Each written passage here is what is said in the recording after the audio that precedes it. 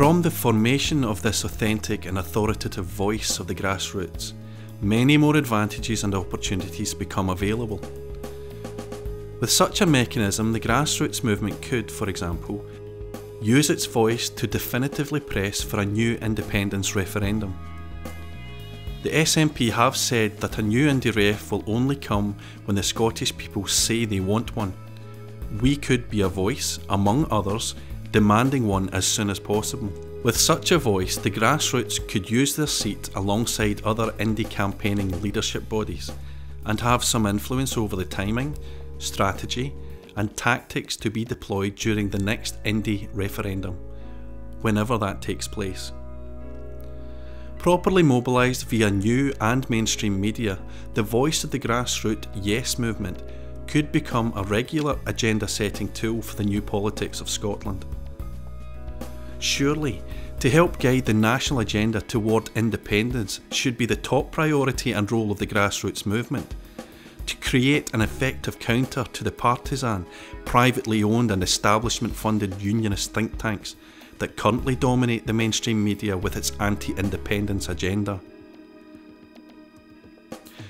Should a group find that they need a piece of equipment in order to advance a local project, or maybe need some tax advice on opening a shop, or perhaps urgently require merchandise for a one-off event, their delegate can simply post their request to the entire registry direct on the forum. This can then be assessed and responded using the power of the entire forum and all the knowledge, skills and resources that it has collectively. So those that have bought that piece of equipment already or recently opened their own shop or have a couple of boxes of needed merchandise can make direct contact with the group in need. Problem solved. Similarly, any group that has an issue they would like to raise with other groups, be that campaigning, a proposal, a local issue that might have national, regional or local relevance, or simply suggestions or ideas that the grassroots movement would find use or of interest, then that group's delegate can post to the entire Yes Registry forum direct for discussion, debate and if necessary, take it to a vote. Issues raised in the forum can be taken back to the groups for discussion and decision, after which the delegates will relay their group's decision back to the forum for a vote. Once this vote is taken, we as the grassroots can now act nationally, and this can then be actioned through collective grassroots campaigning or contact and pressure through outlets in new and mainstream media. This may also throw up some very unexpected issues that geographically disparate members considered at best a regional or local issue, but through exposure to the entire Yes Registry forum, find it has a strong and important resonance with the movement nationally. These issues, once voted on or resolved, can then be used to help set the political agenda, be that through action in grassroots or contacts in the media. A similar setup can be incorporated in which external non-affiliated bodies could introduce issues to the forum for debate and if necessary a vote. This could deal with or be in response to a governmental policy change and the effects on the community, for example, or maybe a forum position will need to be taken on an issue such as the EU in-out referendum or any other general issue that the grassroots feel is relevant. A simple but practical example of how this could be achieved.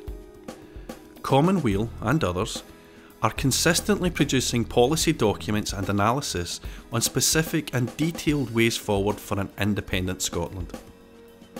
If such a policy document was introduced to the forum and delegates chaired debates on it at each of their group meetings, bringing back their decision for a vote in the forum, if a majority vote in support, Commonweal would be able to launch their document already with the weight that democratic support of the grassroots Yes movement brings.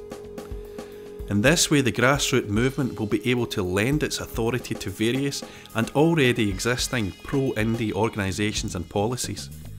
In essence, sponsoring our own movement's think tanks. This should help make such documents more newsworthy and harder to ignore.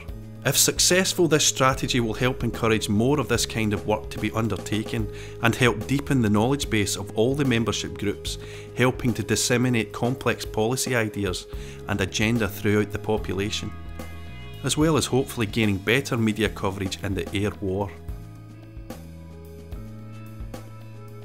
This concept of dissemination, understanding and evaluation of ideas can supercharge already existing projects from within the greater grassroots movement.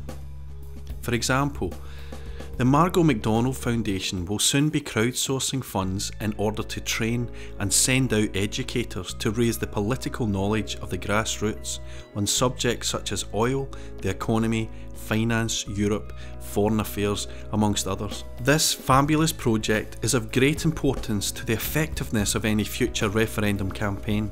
Think how helpful a National Yes Registry would be to effectively organise events and lecture tours for such a project.